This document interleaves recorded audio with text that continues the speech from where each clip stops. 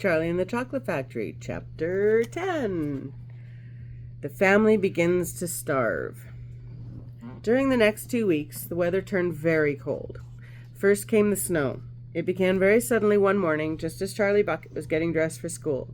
Standing by the window, he saw huge flakes of drifting snow slowly down out of an icy sky that was the color of steel.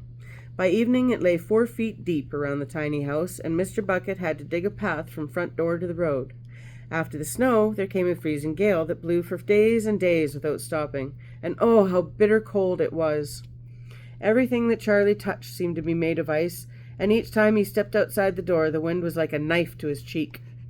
Inside the house, little jets of freezing air came rushing in through the sides of the windows and under the doors, and there was no place to go to escape them. The 4 old ones lay silent and huddled in their bed, trying to keep the cold out of their bones.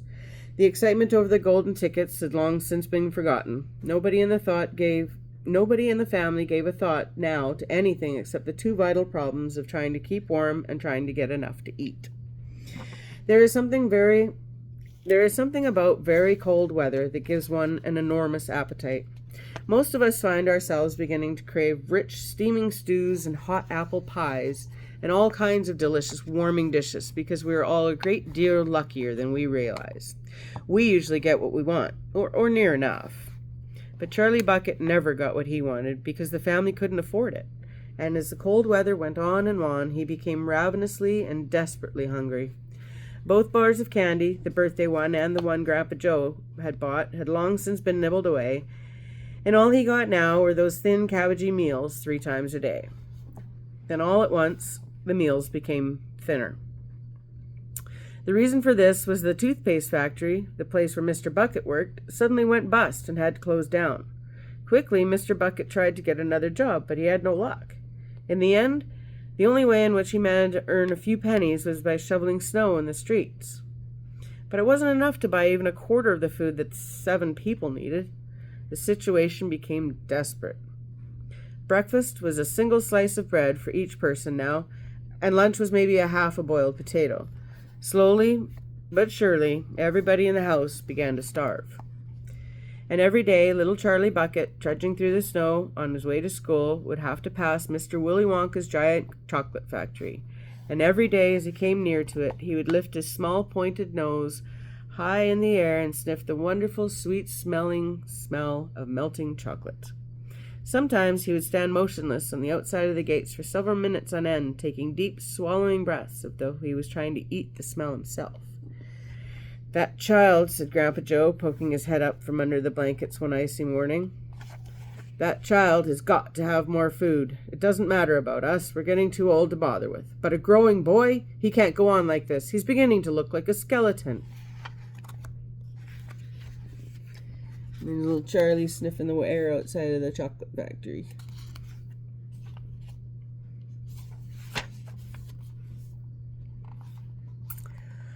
"What can one do?" murmured Grandma Josephine miserably. "He refuses to take any of ours. I hear his mother tried to slip her own piece of bread into his plate at breakfast this morning, but he wouldn't touch it. He made her take it back."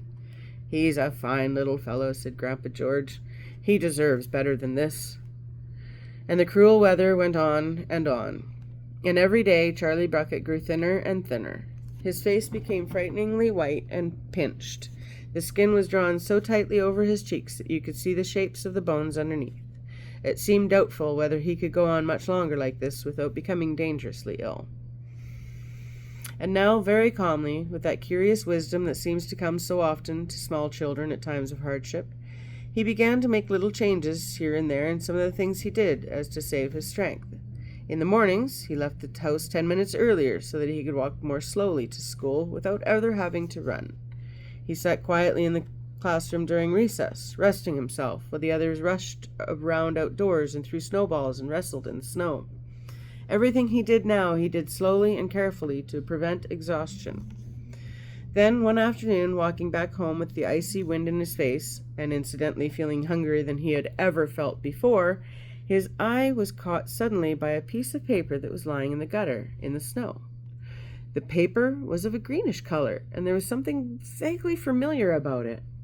Charlie stepped off the curb and bent down to examine it.